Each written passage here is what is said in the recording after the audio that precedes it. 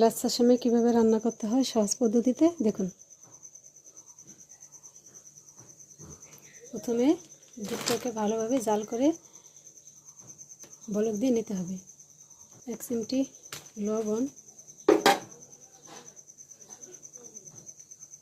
পরিমাণ মতো চিনি,